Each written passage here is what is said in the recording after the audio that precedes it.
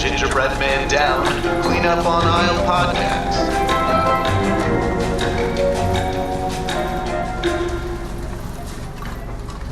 Welcome to Clean Up on Aisle podcast, the dirty truth about grocery stores. I'm Jef Harmatz, joined as always by Adam Fligsten. Hello, Adam. Hello, Jef. How are you? Oh, I'm having one today, man. It is a busy day, busy weekend. Before we get into any of that, let's introduce our very special guest, Nate Faustyn. Hey, everybody. Comedian, actor, famous funny man. Wonderful podcast, Loose Lips Pod. Yes. Yeah. Oh, yeah. If you want to get to plugging now, I'll plug everything. Podcast. Go to patreon.com/. Watch some people Joker. Go to Hot TV. Nate, did I say your last name right? I don't think I've ever said your last name out loud to you. I got it? Yeah, you said it right. Faustyn is in the Faustyn rhymes with Boston. Yeah, with Boston Market. I'm a big fan of your podcast, and I know that you are like firmly opposed to introducing yourself on a podcast. Yeah. Well, for this one, if you know how it goes. On my podcast, you should know you're listening to me. But on your podcast, they don't know me yet. They got to really know me. So now it makes sense. It plays. I'll do it here. You all do it. Well, thank you for joining us. I have a little bit of personal grocery store news that I was excited to share with y'all. You both know my partner, and, we both split the grocery shopping a little bit, but she's bought me I like to drink a hard kombucha a lot. Sure. One of my favorite modern marvels, I think. And she's been buying like the class packs of hard kombucha where it's like 4 different flavors, like the variety pack. And usually there's like some bad flavors in there. And I don't like strawberries. So we've had some strawberry tinged hard kombuchas in our mini fridge for months and months. We can't give them away to company. We can't get rid of them. I'm never going to drink them. And she stocked up on the class packs. I got a new 4-pack of June Shine hard kombuchas with no strawberry in any of the flavors, and like some flavors I'm excited to try. What are the flavors in the pack? Okay, it is the Midnight Painkiller. I believe there's a Pog. There's one called like River Cool, which I believe was like apple. Yeah. Okay, so you went from strawberry to Pog? Yeah, well, I like Pog. I don't like strawberry. Yeah, I guess I'm having the trouble with the original one you got was a fruit, and then now you got Pogs and Midnight Painkillers. Yeah. As long as there's no strawberry, I'm good. Yeah. I've got this. This one's called Raspberry Rush. Cool. And I'm about to crack it and find out what it tastes like. I love raspberry. It looks like it's got some lemons in it. Love kombucha. Yeah. So I'm absolutely stoked to give this a whirl. And, straight from the grocery store, which is what we're here to talk about. Give it a whirl right now. Give it a sec. Let's hear your. Hold on. I'll try and crack it into the microphone. Oh, that's the move. There we go. All right. Smells great. Smells very raspberry. Smells like kind of cakey, maybe. It's really good. It's a little bitter, but it's kombucha, so I guess that's what I'm expecting. Could be a little bit more tart. Can I ask you, I don't think I've ever had a hard kombucha. Are they roughly beer? What's the ABV on these? Are they a little harder than a beer? This one's 6. The kind I really like, which is a lot more potent and a lot more like the flavors punchier. It's like more vinegary. It's more sour. I think those are like 7, maybe 7.5. So those will knock you on your ass. Jef, you don't like strawberries? Like no, I hate them. Really? But you like raspberries. The other berries aren't. Strawberries like the one fruit I really don't fuck with. Damn. I'm just learning to like strawberries. What was the impetus? My partner puts slices of strawberries and then puts them in a little bit of orange citrus. So maybe it's the mixture of the orange and the strawberry. And then I put a little cream on it. It's good, dude. It's real good. But also, I realized that when I was a kid, my mom got into like natural foods, and so she wouldn't allow Cool Whip. So as an adult, any excuse I have to buy Cool Whip, I'm 100% in on. So maybe that's why I like strawberries now. Well, there's strawberries on the label, right? So that's Right. That's they tell you that's what it's for. that's why they make it. Have you moved beyond, like, if you're trying to buy Cool Whip so much, have you moved beyond just for desserts? Like, are you like doing savory stuff with Cool Whip? Are you getting into any kind of Varsity Blues type situations with a partner? Like, that's some extra uses of Cool Whip here. We haven't got any Varsity Blues situations. No savories either. But I have been known to, because it's made out of chemicals exclusively, I'll put it in my coffee and it'll create kind of a foam. Or I'll just stick my hand in and eat it like an animal.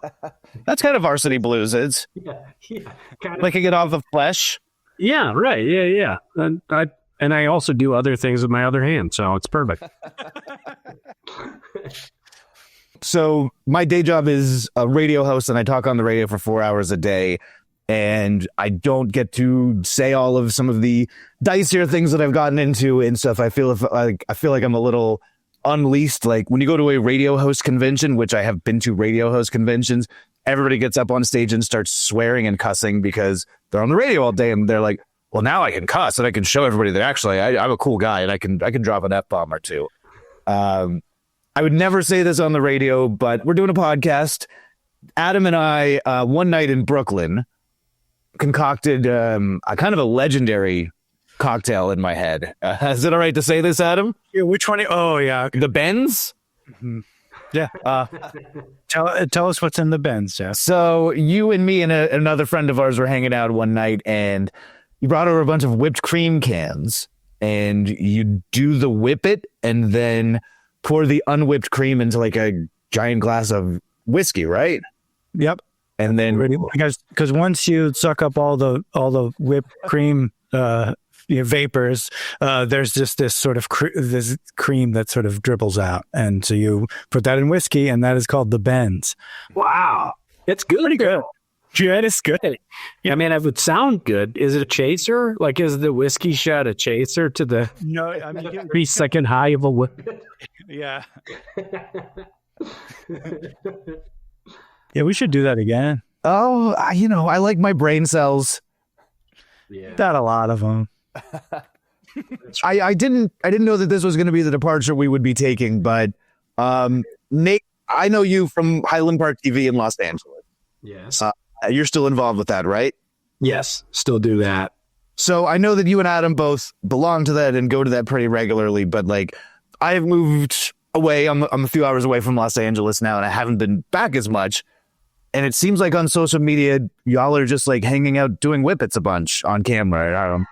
That's, I mean, you might remember it goes in phases.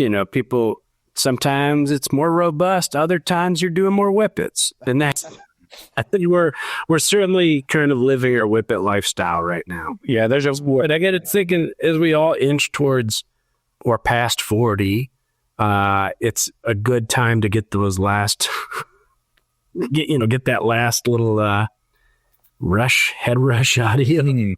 Our Super Bowl was very whippet forward. If you remember, so Gary. Most recent one, like with Kendrick Lamar. Okay. Yeah, that one. Yeah. I think I will say that I kind of put a pause on my whippet lifestyle once people started bringing out the giant balloon.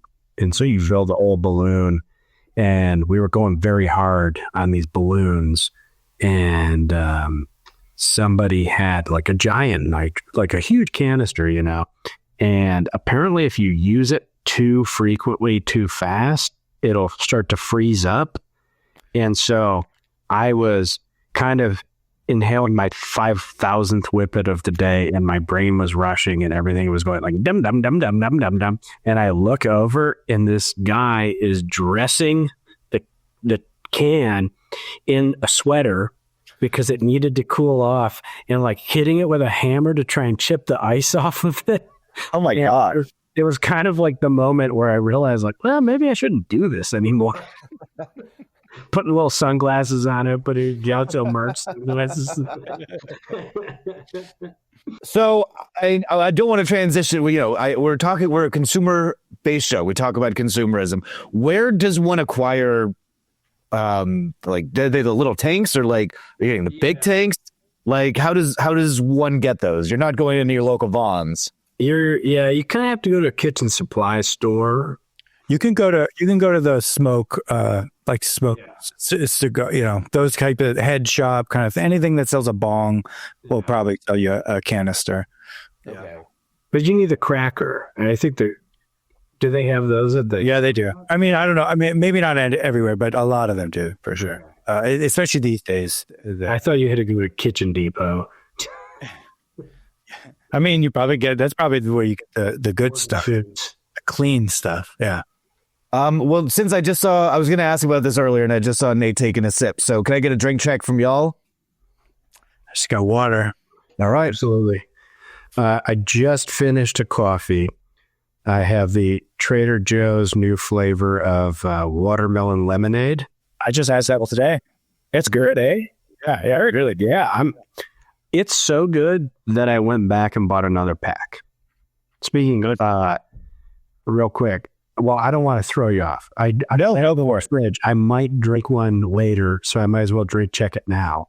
I also have Guy Fieri's Flavortown mango chili. I bought all 3 Guy Fieri flavors just to go, whatever, for the goof of it. But the mango chili seltzer is unbelievable.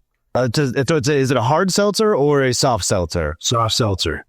It's just, there's new literal, I 22 years too late, they brought out Flavortown donkey sauce flavored seltzers. And 2 of them are whack. One is like huckleberry cobbler and one is lemon ice. But the spicy chili mango is actually through the roof. I'm just on regular water as well. I've never had a spicy seltzer. It's a lot better than I expected. It really is. My partner does not like it. I really love the zip. Sounds good to me. I would love to try it. Where are you finding that? Is that like exclusive to a store? Are you buying it online? Like, how's it coming into your hands? That was a Ralph's find. Okay. They had a big promotion recently where it was, I think it was buy 3 or more and you get them for $2. How did you see the promotion? Was it just there, or did they alert you about it ahead before you walked in the store? No, I saw it when I was there. I've been recently very active in doing the Ralph's. We live by, I found this out, and if I'm jumping ahead, you can cut me off. But we live by a flagship Ralph's on Foothill in Pasadena. It's a 20-minute drive, but it is one of their flagship. It's like they're one of their highest grossing Ralph's on this coast. And so they have an extremely active discounting program. And so you can grocery shop half off there pretty much entirely. And get good stuff. Like they have like a huge like cheesemonger there. But they're so active about putting stuff that's like a week or 2 away from expiration on the discount rack. Nice. I can't stop. I'm very excited to hear about this, but I've got to ask you. So, tangential to grocery stores, Nate, I know that you are a seltzer fiend. Mm-hmm. Yes. So I've talked with you for 5 minutes already, and you've dropped some big name seltzers. I hadn't heard about the Guy Fieri seltzer yet. The watermelon lemonade Trader Joe's seltzer, I personally tried, and that feels like that's kind of like the buzzy new seltzer at the moment. But yeah. What's the latest in the world of seltzer right now? What are you drinking? What are you enjoying? What sucks? Well, here's the thing. One of the things I've noticed recently in the world of seltzer is the grocery store name brands have really picked the game up. Vons has a yuzu seltzer that is among the best seltzers available, and especially when you consider that the LaCroix, their summer flavors the last 2 years have been a little disappointing, and this year's I think most of their stuff at this point, they were what introduced the current seltzer craze. Now we've all moved on. Yeah, for the most part. It does feel that way. I mean, the sunshine flavor, which I think is star fruity, if I had to guess, but it's a beautiful can, but it didn't do much for me. It's a weird, like chemical kind of. It's clearly chemically, yeah. And their other new flavor was, and you're going to hate this, Jef, but it's peach strawberry. Oh, Those are the two. Those are the flavors of the summer this year. yeah. The peach strawberry. I know these things don't have sugar, but this is too. Is this a swear podcast? You said you can go free, so yeah, it's too fucking sweet, dude. I can't eat it. I can't drink it. It tastes like sugar somehow. The Waterloo flavors currently they're going to Flavor Town. That's all. All the Guy Fieri stuff is a joint venture with Waterloo. Okay. Bubbly, my least favorite of the seltzer brands, not so hot on.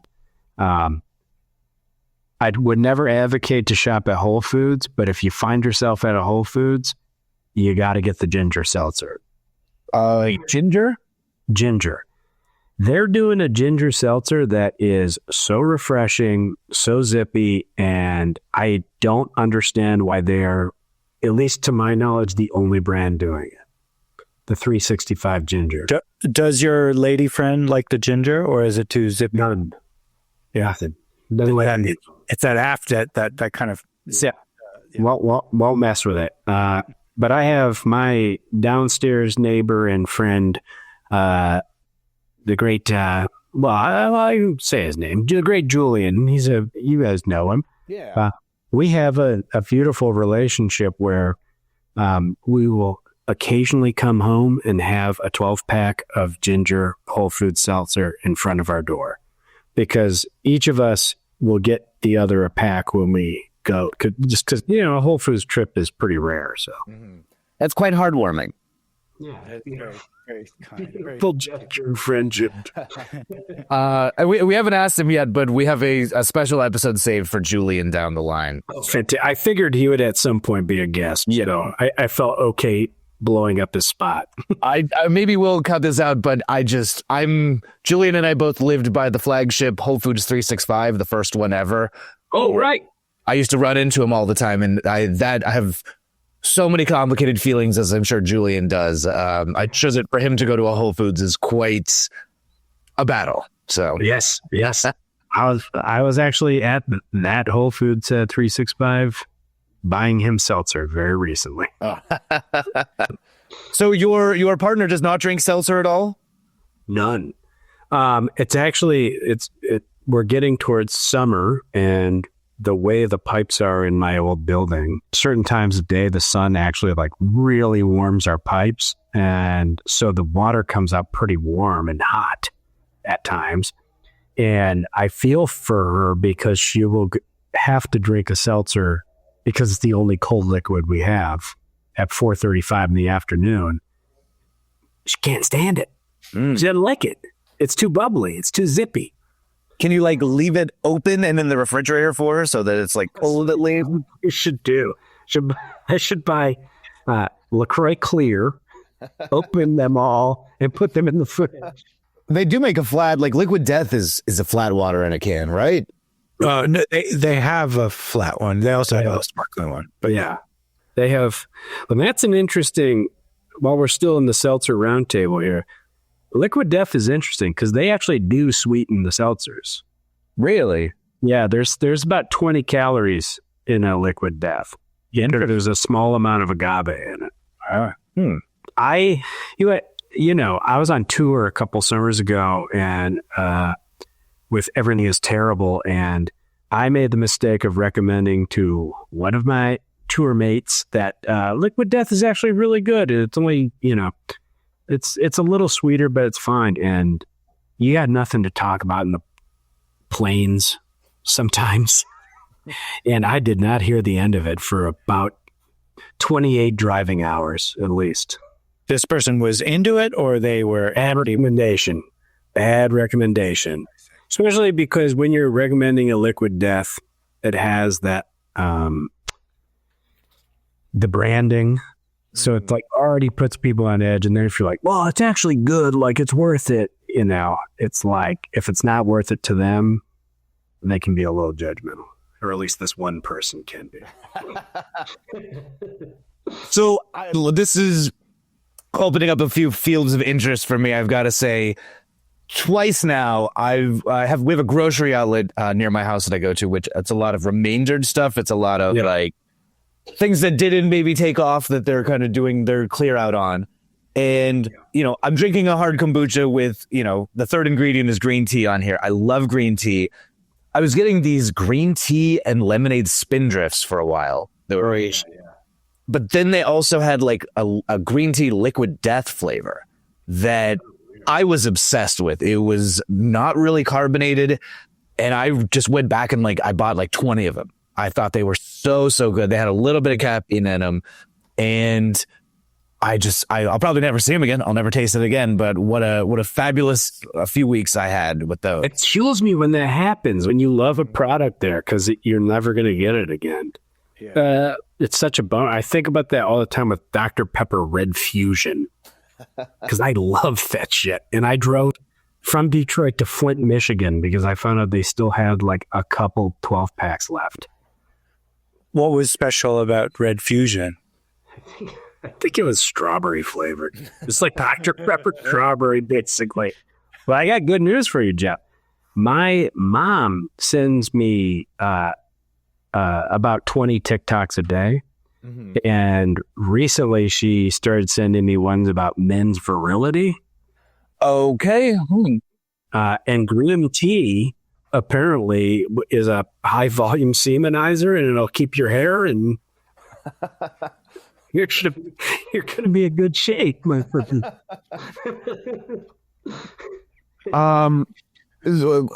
Does your mom have like concerns about you? That seems like an odd thing to be getting from your mom. Yeah, it makes me wonder too. I think she does have concern. I think she thinks about the clock ticking, I guess, for whatever she thinks that I should do with that part of my body. So that's kind of where I get a lot of those. It's either like people like running into a car while they're not looking, or that. Speaking of your mom, we should say that she's a little bit of a fan of Jef. That's right. Yeah. She gets it. Yeah. I've gotten some letters from her. She tunes into our radio show. I haven't heard from her in a minute. I don't know if she's still listening, but I know for a while she was a pretty heavy listener. Yeah, so she listens just about every day, because really, with the time zone, because my mom lives in Detroit, and she had the great fortune of meeting Jef on a vacation out here, and she then started tuning in the show all the time, and she would, because the time zone difference for her, it's like right when she's like got her rhythm, got her coffee, ready to go at work. And so she really had, I think she still enjoys it, but she ended up moving jobs, so she may not listen as much anymore. But I think she sent me a letter one time. She messaged me on Instagram. She didn't send me any like car accident videos, thanksy. But she said that she was like playing it in her office. So I think like her and some of the office mates were into it. So I was going to ask what, like, my parents are thankfully not on social media to the point where they're sending me, what did he said, people running into cars, like getting like turned to goo, like mist. Yeah, they're not usually pink mist style, but it's usually people who are distracted and like accident videos. Like, I think for my mom, her premise is usually that she'll send me the serious stuff, and then she'll send me a little chaser. So like somebody falling off a boat, just so that I take seriously the idea that I should never eat a hot dog again or whatever. Somebody in a car driving super fast and plowing through people because they've got to go get the new Guy Fieri seltzers at the grocery store. Like, yeah. With very virile sperm, because they green tea. Absolutely. Well, let's dive into the meat of it. Nate, I think of you as a somebody who was kind of very blown away by California grocery stores. Yeah. So I want to hear, what was your grocery store situation going up? Did you go to the grocery store very much? Like, what was that like in Detroit? So we went, I would say in Detroit, there's a thing called Myers grocery store. Myers it's kind of the precursor to a Walmart superstore, at least in the North. I don't think it, I'm sure Walmart probably predates Myers or whatever, but Myers, well, this is very Michigan of me. Also, it's called Meyer, but we add an S to everything. It's a possessive S. So Myers grocery store, but it's a 24-hour kind of potpourri of everything. So we used to go there, but then what happens is teenagers go there to hang out. And so we started going to Kroger growing up. But basically the premise of grocery shopping was you would go to Meijer or Kroger's once a week, and then you would go to one of the IGAs, which I don't think they have out here. No, I think they have. I've been to an IGA, but I don't think it's a California thing, at least Southern California. What is an IGA? It's an Independent Grocers Association. So it's like a loose network of, we would go to Breen's IGA and then Mr. Ron's IGA. So it was, Did you ever meet Mr. Ron? I did. Yeah, I met Mr. Ron. What actually? Well, he paid under minimum wage.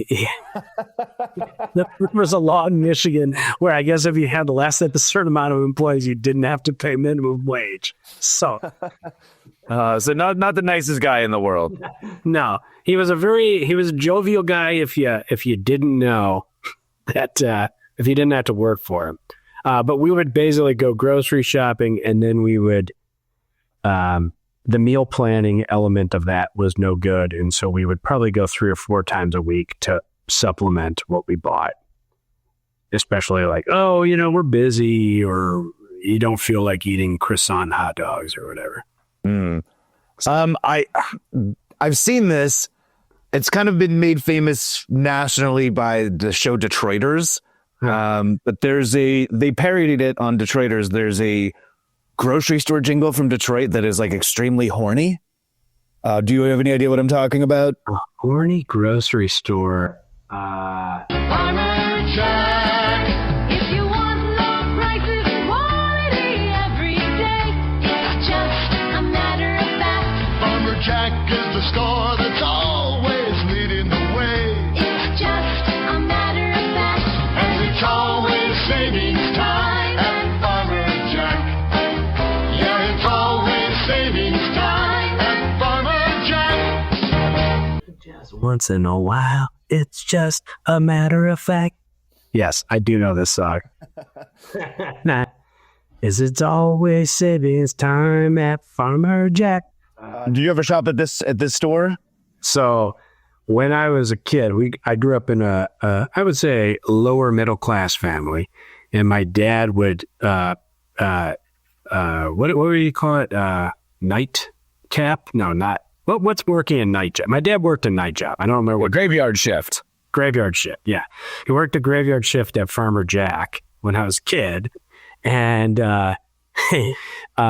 he worked in the produce department, and he also worked at automotive company doing drafting stuff during the day. And not only is it funny to me to think about the Farmer Jack song is horny, because our house was adorned with everybody he worked with did what that version of photoshopping was, which was like cutting out and making Farmer Jacks with my dad's face on it. And I guess now that I'm thinking about it, horny Farmer Jacks of my dad all over the house. We had like a life-size standee of my dad in like Farmer Jack outfit with the Wow. Did you ever meet the real Farmer Jack? I don't know. No, I didn't meet the real Farmer Jack. I know that Farmer Jack, I think, got bought by Kroger's, though. I don't think it's a Aggie one. Did Farmer Jack pay his employees more than minimum wage? That's a good question. I have to ask my dad. Probably not, because he had to work 2 jobs. I mean, I want to ask, do you remember like your dad enjoying the job, or did he like hate it? I mean, He loved it. He loved it. What department did he work in? He worked mostly in produce, but he, it's funny. I had this exact conversation with somebody earlier today, but the movie American Beauty doesn't really hold up for many reasons. I still haven't seen anything quite as beautiful as that damn bag, but Well, exact. That's what I was going to bring it. No, it was a Farmer Jack bag. But the one thing that holds up about that movie is the guy, when he gets a bunch of money, he quits his job and he works at a fast food restaurant because that was the best job he ever had. And I would say that my dad felt that way. If I could go back and work at Mancino's Pizza and Grinders, I'd goddamn do that in a heartbeat. And my dad loved working at Farmer Jack. It gave him all the juice. Like, I think because his day job was like working at a drafting table all day, like working on the underbody of cars. So it was fun, I think, to, I don't know, provide for people or touch eggplants. I don't, It's like a little social. The pressure is relatively low. Yeah. You know, the work is very, very clean and straightforward in terms of like what you have to do and when you're done. Yeah. Yeah, you don't take it home with you other than to just like complain about your idiot coworkers, or whatever. or like bring a big sack of carrots home. Also, you take that. Hopefully, feed the family. I don't know. It's funny that he worked in produce because I don't think my parents have ever eaten a vegetable. They're like, no Michaels. They don't eat vegetables at all. That's the perfect place to put somebody if they're working at the grocery store. This guy's not going to steal any Brussels sprouts. Put all the vegetarians in the meat section, Man, you got to run a grocery store. No loss, no shrink, I think they call it. But so when I first met you, Nate, I remember this very specifically. I don't know how many years you had been in LA when I met you, but you said like coming to the world of Southern California grocery stores from Detroit and Midwest grocery stores was like a revelation. Like, what year was that? And tell me how that hit you. So it was 2013. I moved here the same day that Oscar Pistorius was caught. I moved here. I saw that news story in the airport as I was flying here. So I moved here in 2013, and it was kind of just a real shocker. That there was like so many different types of grocery stores, and also produce is largely grown here. So it's cheap. Produce is cheap in a way that I had just never experienced, other than there was this one place called Super Greenland, which was like an Arab market outside of Detroit, that on Thursdays they would have like insane deals, but you would have to go and like steamroll people and shove. It was like try to buy a Cabbage Patch Kid to get 20 limes for an hour. I'm getting Super King vibes. The Yes. Atwaterville, Glendale Super King. You have to like wait in line to just get into the darn grocery store even. Yeah. That was really, I mean, the produce, and then just also, I think they say that fashion takes like 5 years to go from the coasts to the middle of the country. And I think in some ways that's very true about food trends as well.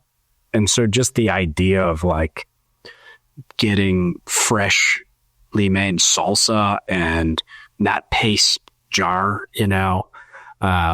things that weren't Ortega brand, things that like hummus, all of that, like all of these different food trends just kind of blew my mind up a little bit. And just the variance of it, like in Michigan, I would say it is like Myers, Kroger's, formerly Farmer Jack's, and then what is the IGAs, like the various IGAs. But here you can get, if you want to get a mango for $1, you can get a mango for $1. If you want to spend $100 on a mango, you can do that too. And that's insane to me. It's the thing where they say about New York, where else can you get a bagel at 3 a.m? And it's like, California, where else can you get a mango for $100 or $1, you know? Right. Right.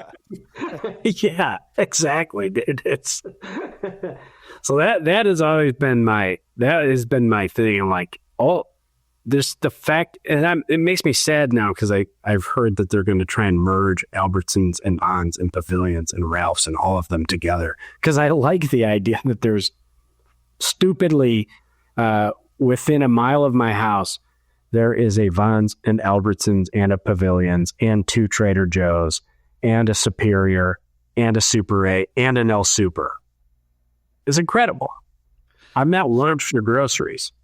So when we were first sort of meeting each other, there was a bit of a meme, Nate, that you would perpetuate about Vaughn specifically. Yes. Is that still something special to you, and was that even special at the time, or was it just a meme? I was largely a Vons man because it was the closest grocery store to my work and to my job at the time. And it was, I don't know, you got to remember that you got to go back in time, all right? Put yourself in the heady days of Foursquare and early Facebook. And they introduced this dumb thing where you could give your location. And so it became this, I guess, personal meme or personal project to check into Vons every time I saw Vons. And then it did self-perpetuate where I would, originally I just shopped at Vons often. And then it got to this point where if like I was in the South Bay, I'd be like, oh, I should stop at that Vons. I see a Vons coming here. I'm going to stop and check in. You know what? I'm in the Inland Empire. I'm going to check in at Vons. Or like, I'm driving across the city. I'm going to go to 6 Vons today. What's the best Vons and what's the worst Vons in LA or Southern California? That's a good question. So I cannot remember the exact Vons. I want to say it's in Manhattan Beach, but there is like kind of like I was talking about earlier with like the flagship. There's like a flagship Vons in the South Bay that is pretty unbelievable.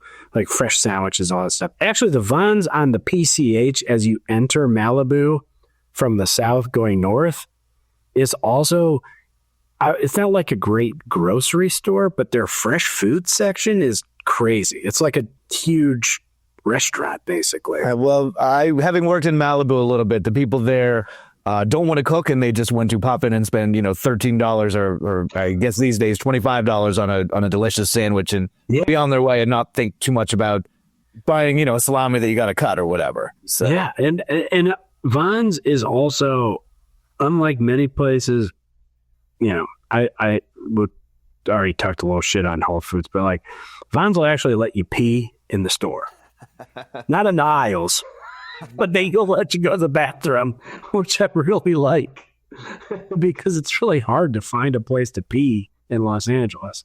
Does old Jeff Bezos not let you pee in his grocery stores or his warehouses? Like, he's got a reputation as making people hold their piss.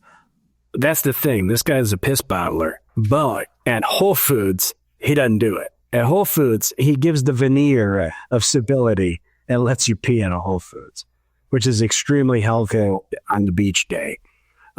So that I don't know that I've even been to a bad Vons. What happened once to me early on when I came to LA in 2012, when I was just scoping it out before I moved here, we were in Los Feliz neighborhood, and I was with a friend, and he asked his buddy, where should we go to buy alcohol? And the buddy said, you gotta go to Vons.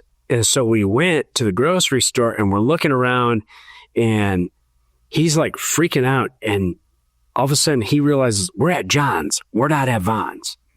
And he starts screaming, we got to go to Vons. We can't be at John's.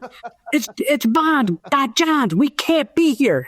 And so we thankfully walk the 3 blocks to Vons, find the exact same alcohol selection, only a little more expensive.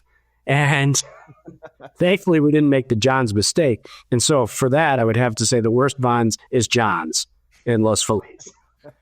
So I want to say two things. First off, I love John's. I am a John's defender. So I'm sorry you didn't enjoy the wonderful. We would have saved about $20. Yeah. But Nate, speaking of the wistful days of the 2010s, do you remember the Monopoly game that at Vons? That was like a big deal. Yeah. I was obsessed with that back then. Yeah, dude, I should have been better about it. I really should have. And I did give it to my then roommate. I would just leave them because for whatever reason, when I left Detroit and moved here, the two things I didn't do were collect cans anymore. Somehow going from 10 cents a can to 5 cents a can made it, I can't be troubled by it. And It's like getting a pay cut. it is. It's, yeah, exactly. I'm not going to work for half the, since Mr. Ron's here. 50 cents on the dollar, yeah. But it is also just a quick note about Michigan grocery as opposed to LA grocery. Not only do you get 10 cents a can, but you can take cans every single place that sells cans and bottles. So it's so much easier. Whereas here you have to find a guy and blah, blah, blah. So it became less of a thing. But the same thing I did with the Monopoly. And my then roommate, David, was able to, I think, win a few small items from Monopoly. Really? Yeah. Okay. I think just probably $2 off or whatever it was. Like get a Yoplait 6-pack or something. But it was, yeah. But I do remember collecting a million of those and then thinking that I should probably do something about it. Yeah. So you could get like the instant win and yeah, exactly like that. It would be like a free, whatever, free, orange juice or something like that. But to collect them and to actually get like a fancy thing, basically there was one rare on every row where you could stack up. There was one super, super rare one. And so that's why none of us ever won, because we had all these commons and, You got to go through Vons 100 times. It sounds as crooked as a McDonald's one, right? Like that's the same way when they do it at I'm sure Monopoly is coming to Vons or to McDonald's. Here's the rules for this little ticket game that people love. It's crooked as hell. There was a documentary about the guys that rigged it too, right? Yeah. I didn't watch it. If it was about Vons instead of McDonald's, I'd have probably checked it out. Yeah. It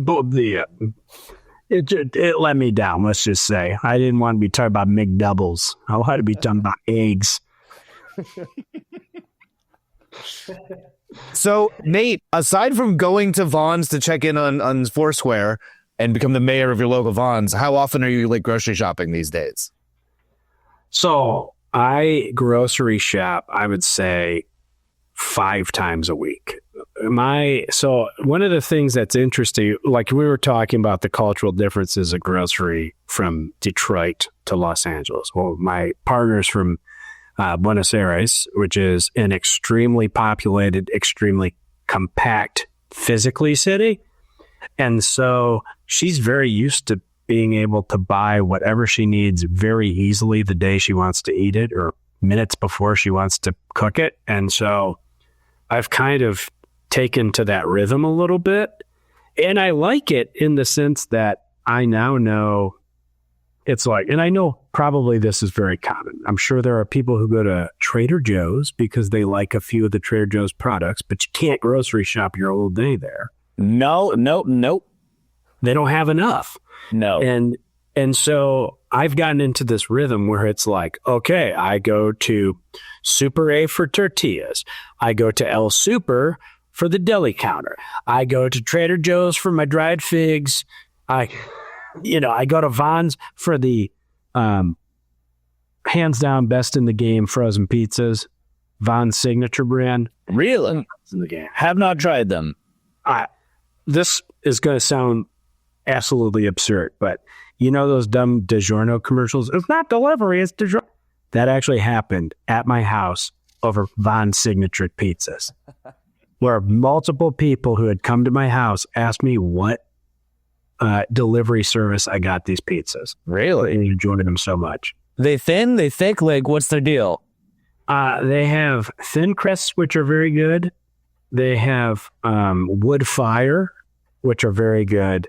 And then they have like a thick crust. They have the regular thick crust, like kind of tombstone-y. Those are not so special. Not to say they're not good. They're just not special. The wood fire has a pear chutney on it. There's like a gorgonzola bacon pear chutney. Okay, wow. It's big, dude. It's serious. And it, no joke, it really played well.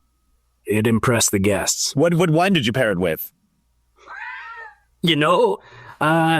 That's a good question. I have a tendency to do my wine pairings mostly with whatever leftover beer I take home from the studio. I've got about three Pacificos that have been warmed, then chilled, then warmed about 8 times. Actually, lately I did find that they sell Labatt Blue here, which is the preferred cheap beer in. Yes, really. I think when Adam was visiting me in the desert last, we got these at our local grocery outlets. I'm sorry to say, Jeff, I got to air you out a little bit. Jeff was being like, "Oh, I don't want Labatt Blue," and I was like, "Oh, that is a premium cheap beer. And that is a easy drinking one, and you don't see it all the time. So we're getting this one." And Jeff, I don't think you were very familiar with what it was. No, I wasn't. I thought it was more in the caliber of a Keystone or something like that. Yeah, that's interesting. It is by far, in my mind, far and away the best cheap beer. But it's Canadian, so it's a little pricier, I think. Maybe the price point's a little different here, but It's a little more polite. yeah. It says sorry the next morning. It's also hilariously, my dad started drinking Labatt Blue because they sold 6-packs in 16, 18, and 24-ounce cans. So he could say without lying that he was just getting a 6-pack. By the 24 ounce, that's the big tall boys, right? Yeah. They sold Love 6-packs of Cool Boys. So we've been talking a lot Vaughn's, and I know that they are not the innovators of the club card. But when I think of club card, like when I was digging into research, the first one I thought of is Vaughn's. I don't know if I've had club cards for other grocery stores. It's like, it feels like the first one I had, well, we'll get into whether I had one or not later on, but the first one that I used, and it's the most iconic one for me at least. But Sure. when did y'all start using club cards? Ralph's is the one, which is, Kroger is, same company. Ralph's is the one that I think of because I still use Ralph's card all the time. And way more than the Vaughn's one, although I do have the Vaughn's one in my pocket as well. Now, has anybody done research as to who originated this? Well, I've got it right here. Yes, My very first job when I was 13 was at Kroger's as a cartsman, a cart boy. And I was working there when they instituted the club card. So I was on the vanguard of the club card.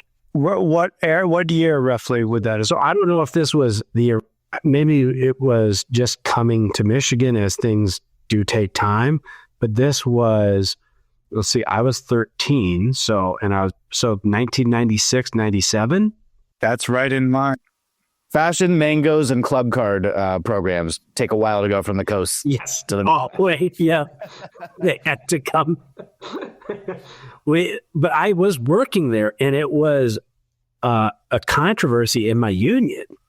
And it was actually like, because even though I was just working in the bottle and can room, because they have these machines that crunch your cans that you bring to the front, and I would work emptying the nasty cans out. So I had to join the grocers union, and it was a huge controversy. And there was like this prevailing thought of like this panopticon that was going to take over our grocery world. And in some ways, I almost wonder if that was what gave me certain skepticism about the future because of this thing. It was like such a huge thing. And my mom was angry about it. And I grew up very religious, and like there was like talk of the mark of the beast and all these things because the club card was going to know when you buy Benadryl. And you couldn't, that was the huge controversy too, is once they instituted it, there was like a 6-month grace period, and otherwise you couldn't use coupons at all.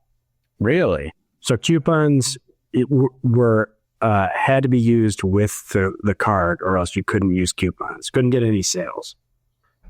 Was there like would you say the labor was, or the union was kind of miffed about it? Was it like a specific like labor thing or like a union policy, or was it just like you just remember those were the people that were kind of like talking about it?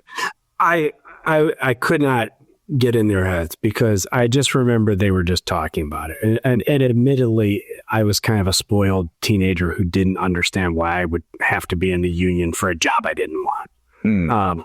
So I wasn't paying like very close attention to their talking points, but I do remember, the one thing I do remember is people complaining that it was going to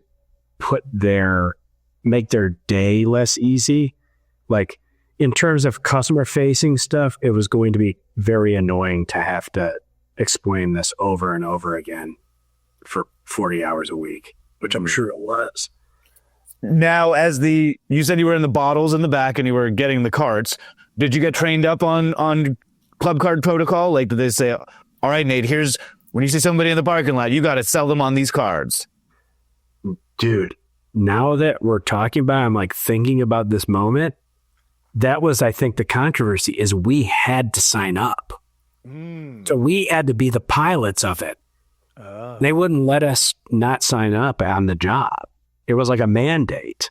And because I remember having to go up above the grocery store floor to like sign this paperwork and give it was pre-cell phone. So I had to give my parents 698-2452, which if you ever want to use gas points or give my dad gas points, do that.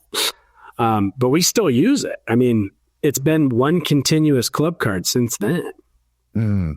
I agree with you on the panopticon paranoia and the troubled future stuff, but I have to point out that Kroger already had your information. Like, they already had your name and your address and stuff. Probably simple security card. Yeah. When they're making you sign up for the cards, you don't have to use the cards. I mean, they could probably do autofill if autofill existed back then. Like, they had all your shit, man. Yeah, that's true. It's still scary, but just in a very practical sense, you know. Right. We're going to get into Jef, I'm curious to your answer to the first one, because I've got a lot of competing answers. Really? Yeah. In terms of the panopticon, that's coming up all over the place. So the 90s were like, that was the number one fear, is that Big Brother's watching us, these corporations are out to get us. And I felt it. I remember feeling, even up till maybe the 2010s or whatever, it was the thing. Like, I'm not giving them that information. I don't want them to track my purchases. And I feel like, at least personally, maybe anecdotally, I feel like we've all just sort of succumbed at this point. Like kind of a surrender, or like a surrender. Yeah, with not with a bang, but with a whimper. We turned in our grocery cards and we swipe them all the time. So yeah, it is amazing how angry I was about that, and how angry I have then gotten about, like, recently. Now you have to have the app to use even more deals, and that thing. You want to see me angry in a way that you've never seen? That's it. Make me download an app. Yes. I'm furious, dude.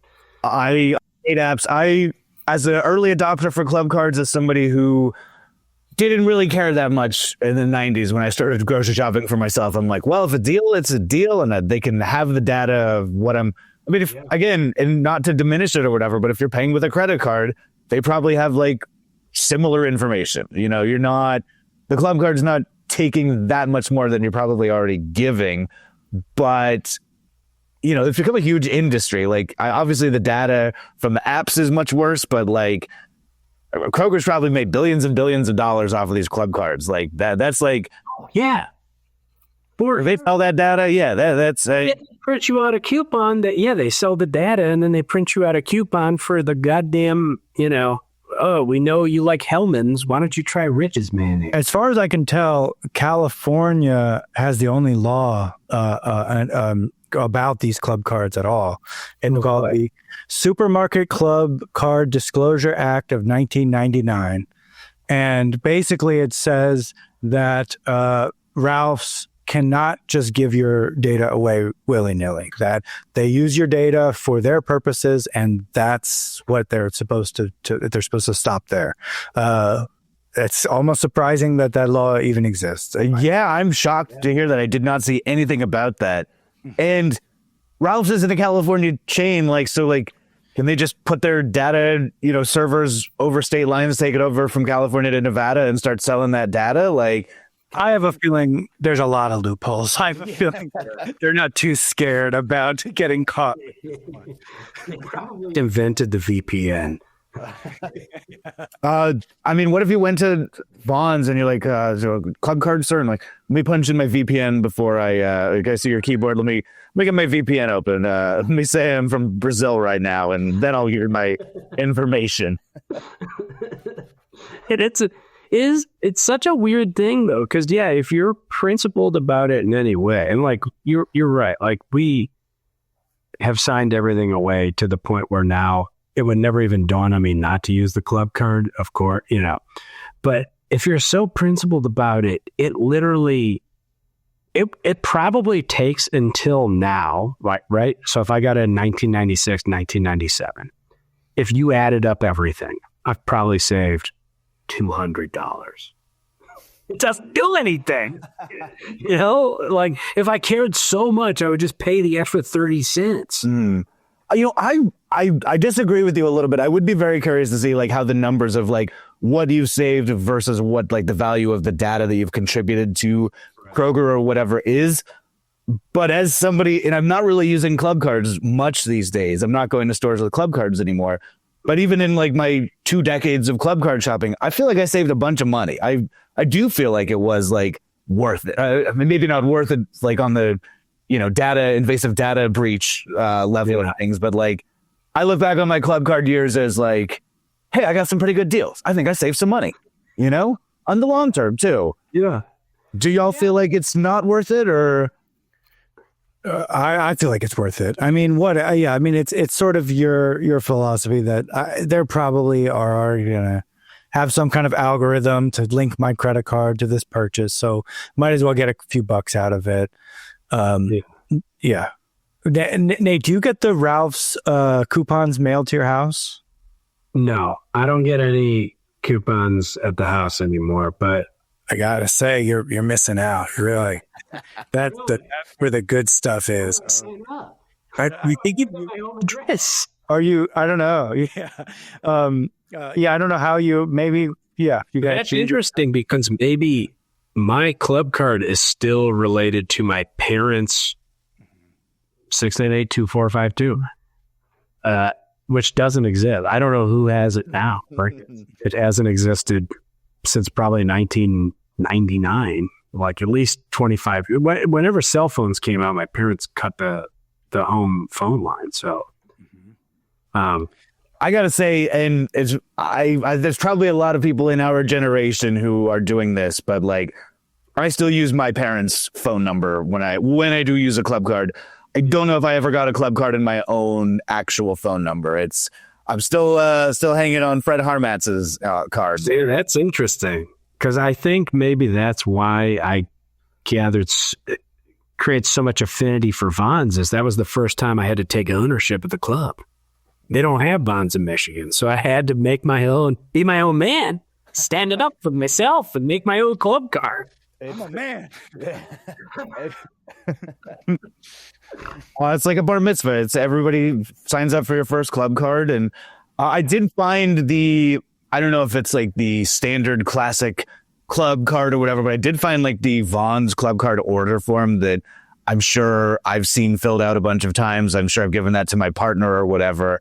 Like, it's fun. It's got those little boxes that you need to fill in, if you recall, like how the old order forms used to be.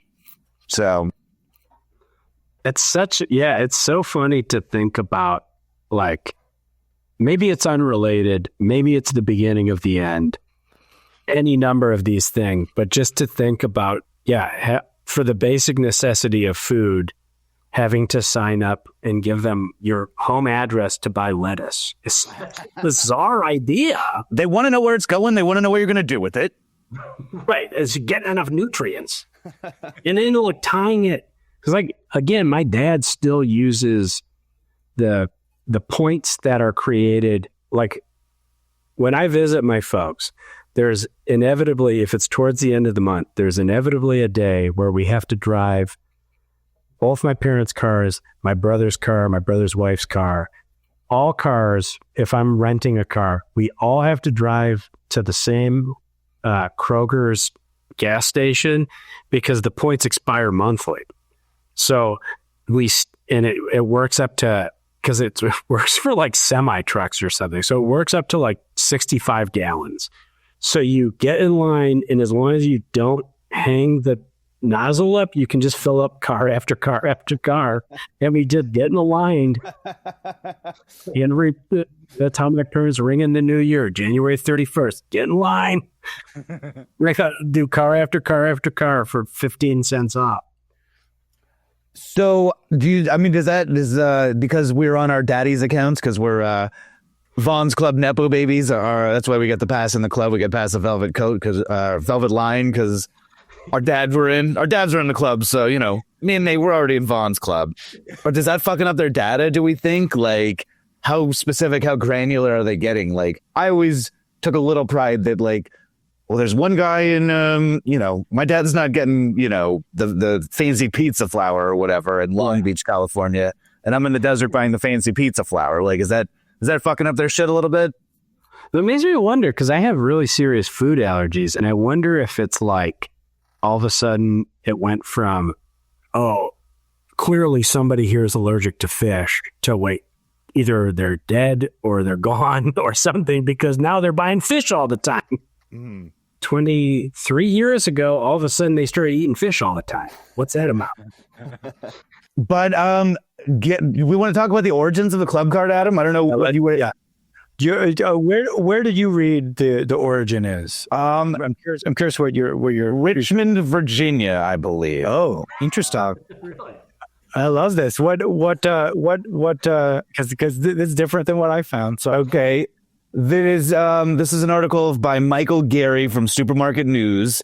But I did see some local reporting that backed up this claim. Although, I, as a local reporter myself, I did get a little stymied by some paywall stuff, so I wasn't able to dig a little too deeper. But I did see some headlines and the first 3 sentences of several articles that seem to verify this. But a store called U-Crop, it's a chain of stores. There's like 11 of them in Richmond, Virginia, and they said 1987. Wow. Okay, you might have found it. And that's earlier. That's earlier than the ones I found. So that might be it. Where were you seeing? Just to do the U-Crop thing real quick, they're saying that it was designed to be like electronic coupons. I mean, kind of what we think of as the club card. I don't know if other businesses had pioneered this kind of you swipe your card and we'll give you a little money, the loyalty program thing. I'm sure that U-Crop didn't invent the concept of that, but that's what I'm seeing as the first one in America at a grocery store. So 87 U-Crop, which is now Martin's. It's been bought, like all grocery stores, has been bought and sold to several different conglomerates. So yeah, so I mean, it's the digitalness of it all. I mean, they had coupons, but they couldn't really track you before that, and they couldn't tailor kind of what their, what the information that they had based on your purchases before that. So I didn't find it until 93. So much later, but that was Price Chopper, and sounds deadly, man. It's coming from my head. And they introduced them called Plus cards, and they said very clearly that they were mad about Costco because people were going to Costco. And old. Yeah, it is. So people had this sort of loyalty, and they were real grumpy about that sort of loyalty that the having the card gave them. So that's why they entered. They sort of had no other reason than that. And then these sort of data stuff started to come after that. Yeah. So Costco. So in this scenario, that Costco is indirectly responsible for this terrible, like the place that we like to shop or whatever is indirectly responsible for this terrible outcome, if we consider it a terrible outcome, more than a minor inconvenience. You know, I've never been a Costco member, but I grew up going to Costco from way back in the 80s when it was called Price Club. My dad would always take me to the Price Club, and their membership card is a different thing because you have to pay for that card, and they won't let you in without that card. You can shop at a Vons if you're not in the club, you know, they'll still let you in there. They'll still let you. Right. You can buy a arugula every day. Yeah. See, if as the Costco, you're paying for the discount or the large sizes or whatever, right? I've only been there a few times, but I know it's a good place to work. Yeah. I like Costco, but yeah, you stock up for months. Yes. It's the type of thing that, and this goes for anybody watching or listening to this. If you invite me to your baby shower and you give me a few free beers, you will get a Costco membership. That's just the way it is. Really? I just do it. It's just a thing. If I drink 5 beers at a baby shower, I'm buying Costco memberships. I'll go, I can't only be a Yoda. No, I don't go to Costco. But I get so incredulous that they don't go to Costco either. I'm like, we're doing it right now. And that's just a thing I do. You're like a Catholic priest, like you marry people, but you'll never marry yourself. You'll never know what you are doing for the other person. You'll never experience it. I have this study from a statistics website where they're saying that, like, aside from like the data collection and the savings, like having these cards, like being a part of the club actually inspires like tremendous loyalty in shopping. Really? Like people do feel like, well, you know, I'm part of something. I'm part of a movement. I'm part of the guy that gets, 60 cents off of my avocado when I swipe this card. It's like when people in Priuses wave at each other or they put the ducks in the Jeep or whatever. It's like pride of ownership when you're in the club. Huh. Does it give you a sense of loyalty? I don't know. I mean, it's every time you open your wallet, you see the Vons card or whatever. Yeah. I don't think. I mean, I still don't think I ever really got my own Vons card, and I haven't carried a grocery store club card in a decade or more. Like, I try and keep my wallet real thin, and I'm like, I got the phone number memorized. I don't need the card anymore. I don't need it on the little keychain guy. I don't need that stuff. I don't even think I have one on me either. I'm looking right now. No, I don't have it. I do. I have a Vons card. I have a Ralph's card. I have a Bevmo card. Yeah, the Bevmo one's good. I did have the Bevmo one for a while. I don't even think I don't know. It saves you all that much, but it feels good when you whip out. That's the loyalty thing. Like, yeah, I'm part of the system, Maybe that's why it doesn't instill loyalty, because I never carry the card. Yeah. I always just use the phone number, so maybe I'm not getting the thrill. Because I have speaking of Long Beach, California, I have my loosenate line. Lake card. R.I.P. I know, sadly. It doesn't give me loyalty. Like I carry every card. We should explain what loosenate line is. Yeah. You should. You can. You're the Long Beach. I haven't been. Y'all have been a lot more than me recently. I haven't been in 20 years. Wow. Okay. It is, I guess, a place that is grandfathered into gambling. Is that correct? I believe so. Yeah. So it's grandfathered into, or was being able to gamble because it was a one of a kind bingo hall where you sat at an individual station that was pinball based. So it's a hybrid of a pinball bingo hall. And it's very fun. you can only gamble in small amounts of money, and you can really lose your shirt fast. And I never won. I never won. Yeah, some of our friends made out a little bit, but I never won any. The woman felt bad for me at one point and gave me like 20, like, here's 20 more bucks on your card. Oh my gosh. It still didn't do it. I couldn't win. She knows it's coming back. So yeah. I've heard, but it doesn't matter. Did the card make you feel more loyal to Loose Lido Lounge? Yeah. I mean, I still carry it in my wallet and talk about it all the time. So I guess maybe the card is the key. I mean, there's the expression, I'm a card carrying member of the Vaughn's Club or whatever, you know, I'm card carrying. Yeah. So, and I think that was one of the things that I did when people would have birthdays when I first moved here, is give them Vaughn's cards. And so I think that's why I just don't have mine anymore, is I was getting them to give them away. I have this statistic real quick just on the loyalty thing, and a little bit of confirmation about the U-Crop thing. This is a research paper from the Graduate School of Business Administration of the University of Virginia, but they're saying that U-Crop's market share, like, immediately shot up in the first year of implementing it chain-wide. They said 25 to 30% in like 1 year. Damn. So people, they don't call it a club because it's, you can buy a $700 bottle of Grey Goose and have a lady in short pants bring it to your table. It's a club because everybody's a part of it. You can feel involved. You know, it's a nice vibe and people dig it.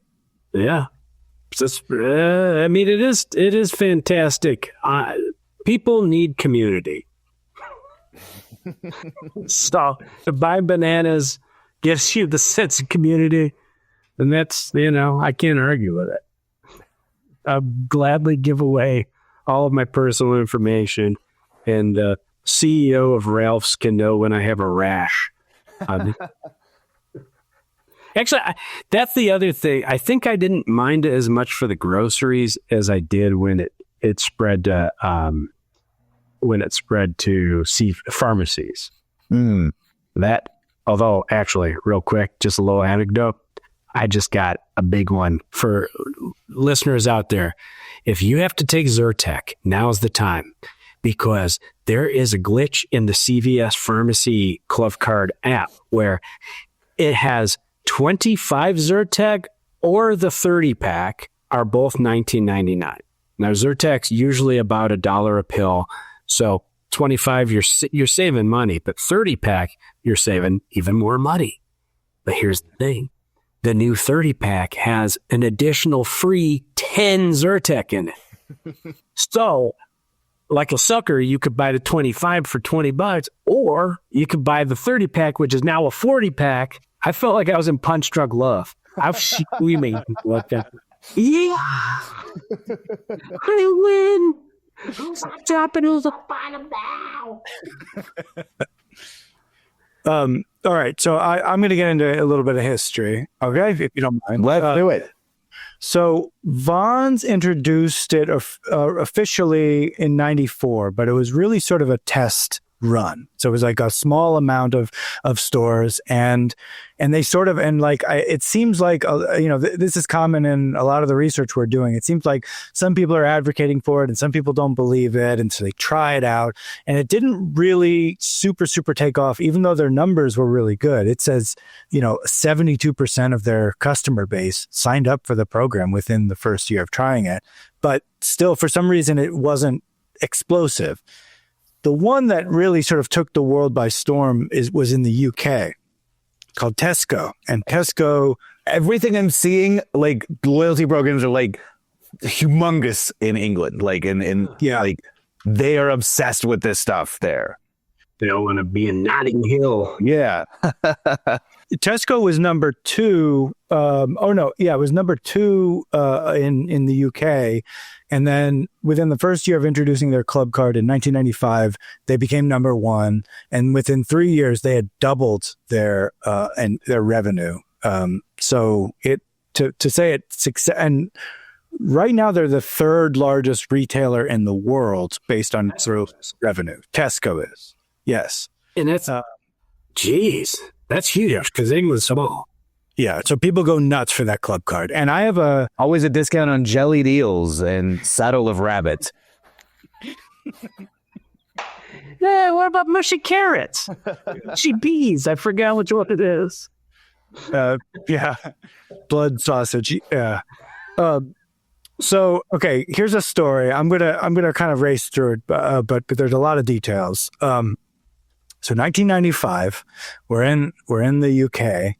There's this guy named something Riolfo. That's his last name, Riolfo, and he blackmailed Tesco. He said that he contaminated their food with HIV-infected blood, and if he wasn't paid £250,000 through their club card system, and he would do more. Right. So, and apparently he did inject it with black ink to sort of prove like that is possible. So Tesco was freaking out. And the thing is that the club card was not announced. So but they were already about to introduce it. Wow. So this guy forced their hand, and Tesco had to announce the club card before they were ever going to do it, just so they could set this trap for him. And basically, they made this whole single store where they knew he was at. They gave him a club card, they gave him a PIN number, and he was able to get something. £7,000 out of it before basically they were able to catch him. So, and then that was how the club card was introduced. Yeah. That's insane. Was it an inside job? Like, how did he know about the credit or the club card system before they had announced it? This says in what turned out to be a remarkable coincidence, because club card was still top secret. Riolfo demanded that Tesco launch a loyalty system with a special card that he could withdraw cash from. And maybe invent a club card. He should make this get a CEO. He should be David Zaslav at Knicks games. Did he go to jail? Oh yeah. And he was not infected with AIDS, and that's good. His wife signed up for the club card with her own name, and that's how they caught him. Because and then he said he had mentioned AIDS for sheer panic value. He said he wanted to give Tesco the impression that he had a grudge against them and that they owed him something. So yeah he went to his guns. Now Nate and I are still using our dad's club cards, but do you think that lady is using her husband's club card? It's the first one actually. This blackmail, this one's famous. It still has $7,000 on it. I really love the premise of I guess when there's not a lot of information at the time. I've got a ton of AIDS here. I'm gonna put it all over. The whole produce section has been covered in. I hope you like bananas. These apples are covered in AIDS. But hiccups aside, it was a big success, wasn't it, over there for our friends at Tesco? Worked out. It's still a big deal. Everybody still talks about Tesco club cards. So yeah, I guess they figured out. So yeah, so Tesco went explosive, and then Vons. These companies had already sort of tried it out, and then after seeing them, they were like, oh, "Okay, we're on. It's on." It wasn't explosives he was doing the threat with; it was AIDS blood. Right. Yeah. Yeah. They went viral. Yeah. You'll put it into figgy pudding, and then I do have some information from. Because a lot of the articles I was finding about this stuff were all like a lot of the people who are doing the heavier research on club cards and stuff are British journalism sources like BBC and stuff like that. Because we think it's huge here in the U.S. Americas, but it's bigger in England. I have this. It's I don't know if it's a English authority, the Competition and Markets Authority. This is from pretty recently, November 2024, and they were saying that at least for Tesco, Sainsbury's, Morrison's, Co-op, and Waitrose in England, the deals are valuable. They are good deals. They're saying nobody's doing any hinky stuff. Like they're not marking it up so that you can get the normal price on the club card. They're saying it's like all pretty legit, at least London wise. Not a Kohl's operation here. What was Kohl's doing? That's the Kohl's way. They mark it up so that they can bring it down. Really? But yeah, they're saying customers are saving like between 17% and 25% in general, which that's kind of my estimation of the whole operation. Like it does feel like I've saved money over the years. I don't feel like I've been hosed, you know? So you're saying, just to clarify, you're saying that if they bought the groceries without the club card, they would be paying not a marked up price. They would just be paying regular prices, competitive with everybody else. Yeah. And then because of the club card, they're saving an additional nearly 17%. 17 to 25%. 17 to 25%. Yeah.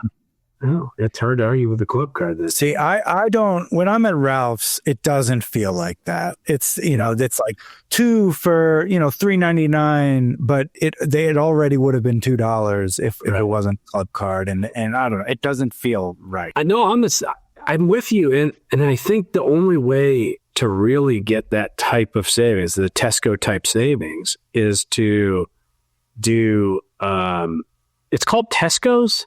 Mm-hmm. That's so fun. There's like a possibly racist industrial record label called Tesco here. That's what I keep thinking. Questionable. Well, you have one of their club card members as your member club card. I buy a lot of Nordic martial industrial music. Because that's what I realized with the Ralph's is it actually, like I was saying earlier, it pays more to buy the stuff that's near expiration and just eat it sooner. Yeah. But that's also because I have the luxury of being able to go to the grocery store every day or more often than some. I mean, obviously, if you're without a car or you have a big family or something, can't go to the grocery store every day. It seems like we could use these Tesco style cards. I feel like there's something wrong with American business mindset. Well, along those lines, I don't know how I'm jumping a little bit to the present future of club cards. McKinsey, Nate, do you know what McKinsey is? It's basically the worst. Yeah. It's a think tank. Pete Buttigieg used to work for them. They fixed bread prices under his, the time that he was working there. But also, basically, they tell people to fire more workers, hire more robots, and give yourself a bigger bonus. And that's their whole job. So good work on them. McKinsey released very recently, actually, it was 2 weeks before COVID lockdown started, preparing for loyalty's next frontier ecosystems. As digital marketing expands consumers' choices, companies are learning to drive customer loyalty and growth by pooling data within an ecosystem of brands.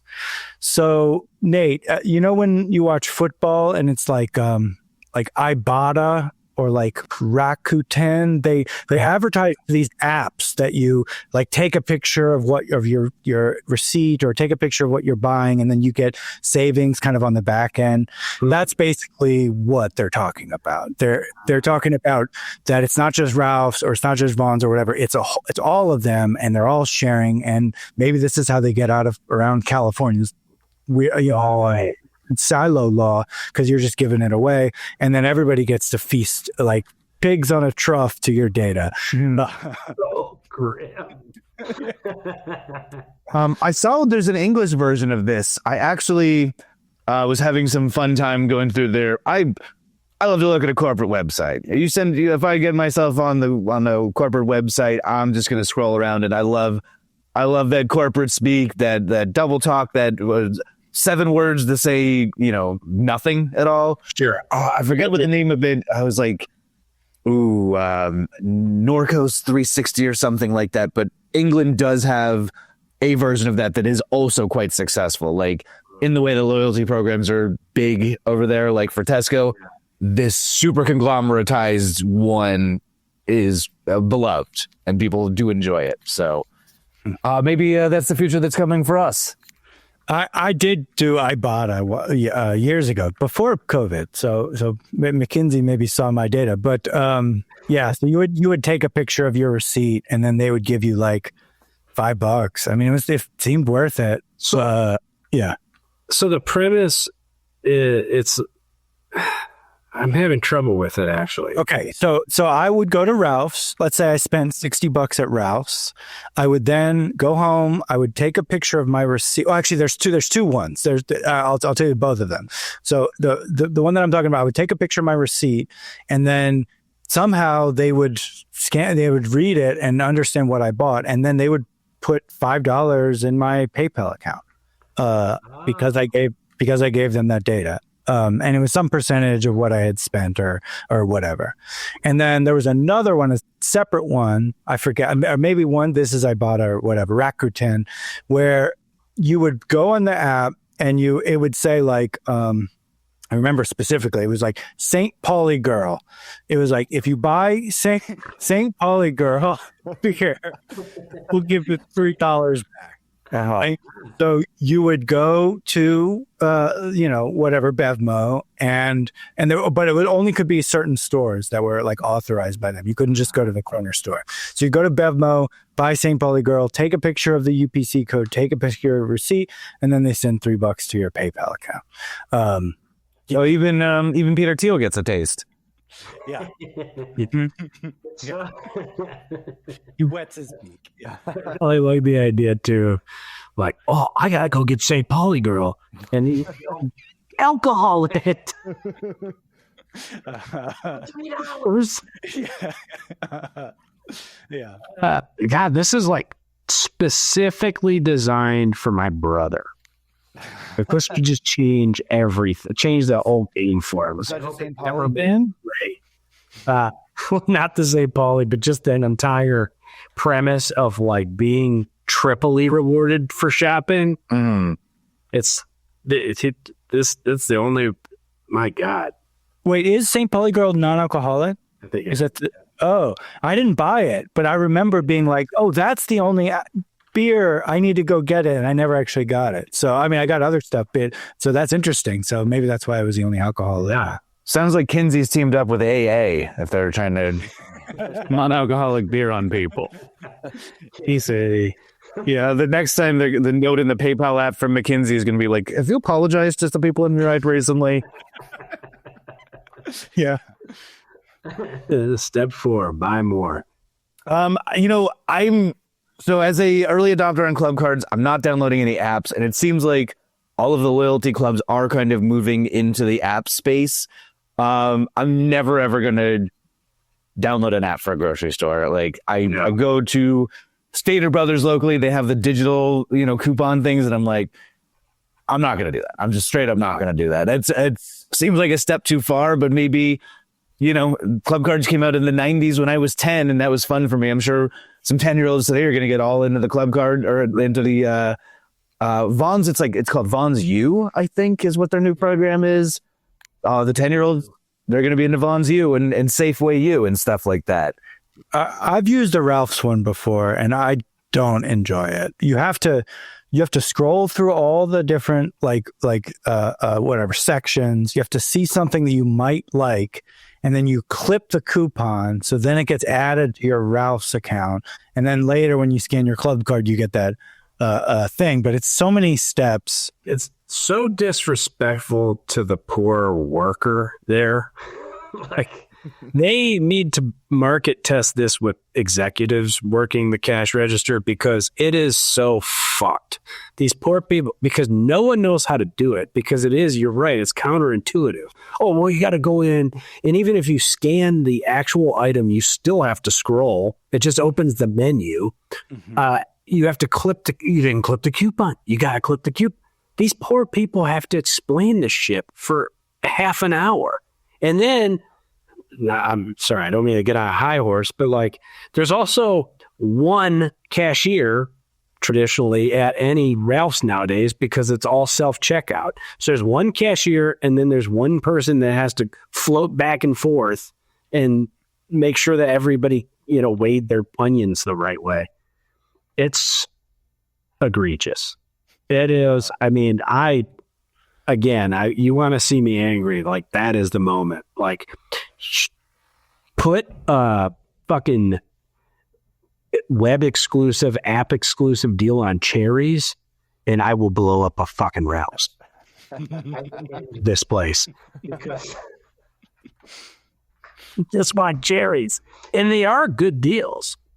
That's the thing. I mean, they're not.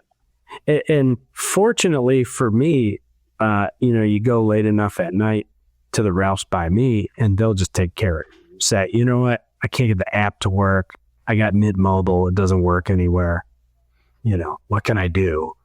And they'll set you up. It's like the local mobster. Like they take care of you. They recognize you. Yeah, you give them a taste. You come home. You don't have all your donkey sauce seltzers, but you 7 of 8. It's pretty good. So this is a thing I've done on that very specific subject. This is something I've seeing less and less of. I feel like when I used to go to a grocery store in a new town or whatever, and I didn't have the loyalty card, the person behind the counter would be like, "Oh, we got one here for you. We can just swipe you in." Yeah, I haven't seen anybody do that in about 10 years now. Like, are they not? The executives, the McKinsey group say, stop giving away those swipes. If you don't get the data, you don't get the swipe, and like they're just not doing that anymore. Pretty much. Yeah, that's been my experience. It's become pretty impossible to get them. Like there's one local Ralph's where the guy just doesn't care, but it's pretty tough. Yeah. I'll also say that the process of signing up for a club card is kind of stressful because you have to you go up to everybody's waiting behind you and you're like, I don't have one. Can I sign up? And then they give you a thing and you're over like in a corner and your groceries are there. And it's like, I don't know. Ice cream's melting. Yeah, exactly. Yeah. Yeah, it's bad, dude. It's that this whole system is bunk. What they need to do is just issue you the card and not put a phone number. They can still collect your anonymous data. Mm-hmm. But then it's not as valuable. Well, I'm out of the demo anyhow. They don't want to know what I'm eating. I'm not eating Gushers anymore. I'm missing teeth. I have this Reddit post, and I just thought this was very funny, but it says, if you forgot your grocery store club card, just enter your area code and then 867-5309. The most famous phone number. What? Have you all ever given a fake number? I've used my relatives' numbers before, but never fake. I mean, that's a smart one. That's a good tip. Hot tip. He says, I usually sing it as I enter it, and I've used the 310 area code in Southern California, and it works at Vaughn's, Albertsons, and Ralph's. That's great.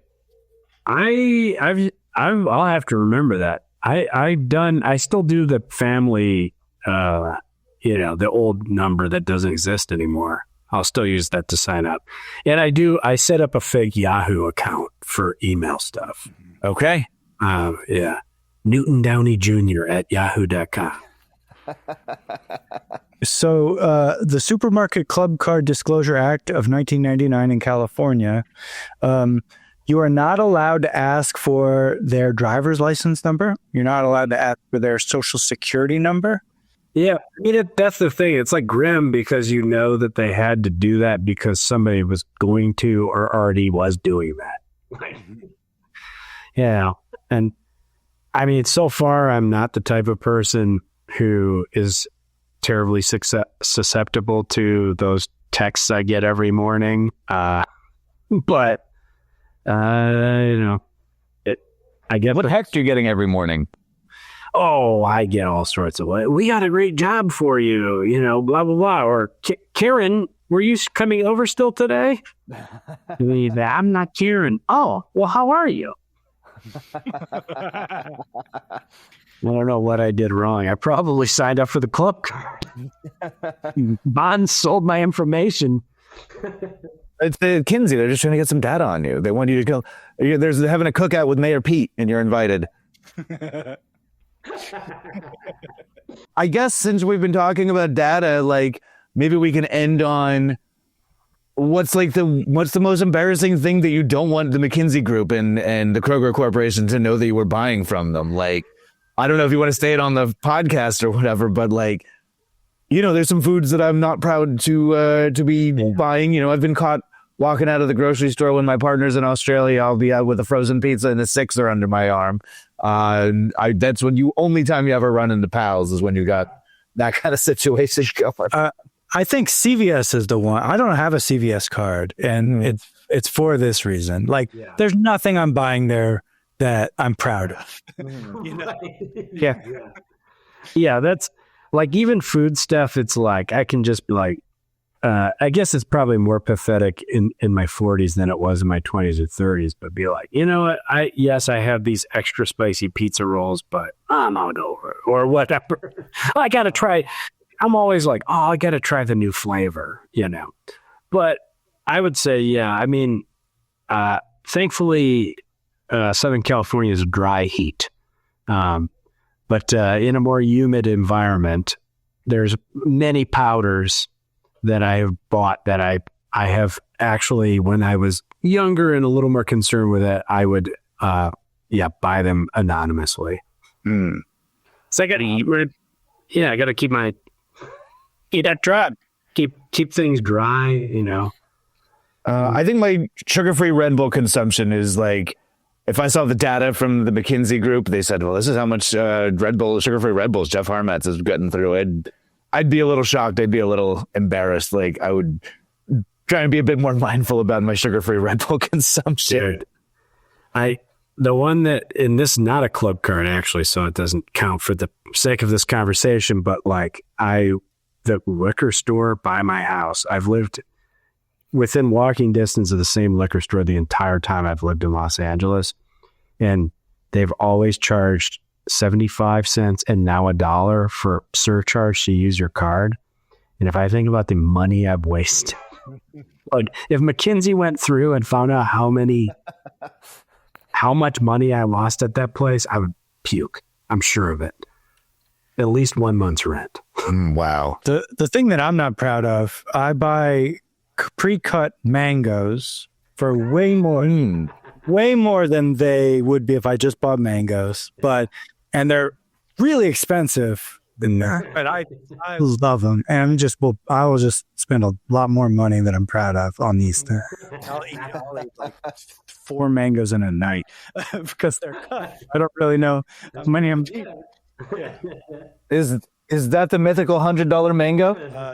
I mean $20 for a tub of pre-cut mangoes. I go to the Mexican grocery store. They're very good, dude. Yeah. And are they seasoned or anything? Or are they just cut? Nope. And I don't. Okay. If it makes you feel better, you can't probably see it, but it's hard to see. But I have a huge scar on my finger from trying to cut a mango during the pandemic, and it was the week when you had to have COVID to go to the doctor, basically. And so it was around midnight, and I called and they said, you have to wait till urgent care tomorrow. We're not accepting anybody in the hospitals. And so I just had to hold my finger bleeding out from mango. But check this. Did you eat the mango? I did. Dude. Okay. I had a love affair with mangoes during COVID. We all know what it was like, whatever. We don't need to get into it, but just having the serenity in the moment to really think about how special a mango is and how in previous generations they could maybe eat 1 mango a year or in their lifetime or never. And I cried. I thought a mango was such a beautiful thing. I cried. And now I think about every time I eat a mango, I'm like, this is the best thing I've ever eaten other than a cherry. Or a strawberry, right, Jef? Oh, yeah. Well, on that note, should we wrap it up? Nate, where can people find you? What do you got going on if people want more of you? Where you are? Well, first thing I would say, if you like the sound of my voice, you should listen to Loose Lips by Loose Meat. You can find us on all your pod players or go to If you really like it, you can go to patreon.com/looselips, and we have a Discord and all the stuff that every podcast does. We have bonus episodes, all that stuff. Adam, we got to do that stuff for this podcast. Yeah, we probably. Let's make a note. I forgot that stuff. Stuff that every podcast does. Exactly what the other podcasts do. It's a great move. Yeah, note to self, do that stuff. You can find me at loose Nate, on all the socials, although I'm not very social media active as much anymore. But you can find me at loose Nate, and I will plug Seeing the People's Joker if you haven't seen it. It's a good movie. Watch all the stuff. You're in it, right? Yeah, you're in it. I played the Penguin, the People's Joker. That's the most recent thing I did. Go to, it's not a grocery store, but if you're ever in Denver, Colorado, and go to Meow Wolf, go to the Pizza Pals room, where I play Pete Populus, the owner and proprietor of a Chuck E. Cheese-esque thing. Mm-hmm. And then Labor Day is coming up. So if you use Instagram, you should follow at loosemeat.biz, because every year we make a new terrible hacky joke every 15 minutes for the entirety of Labor Day. It's pretty great. It's fun. I was And you have different. You got to stop doing the different ones on different. The algorithms aren't as kind anymore, so it has become more of a personal mission than anybody actually sees. kind of a recipient task. Yeah, it is. I had a friend last year reach out to me and say, hey, it was really cool that this year you kind of scaled back and only did a couple. They really hit better when I didn't, it wasn't as much. And I said, I made 270. You did. All right. This was awesome, fellas. Thank you for having me on. Thank you for joining us. Yeah, that's been Clean Up on Aisle Podcast. I'm Jef Harmatz. Adam Fligsten. Stay shopping. See you next time. Take your shopping.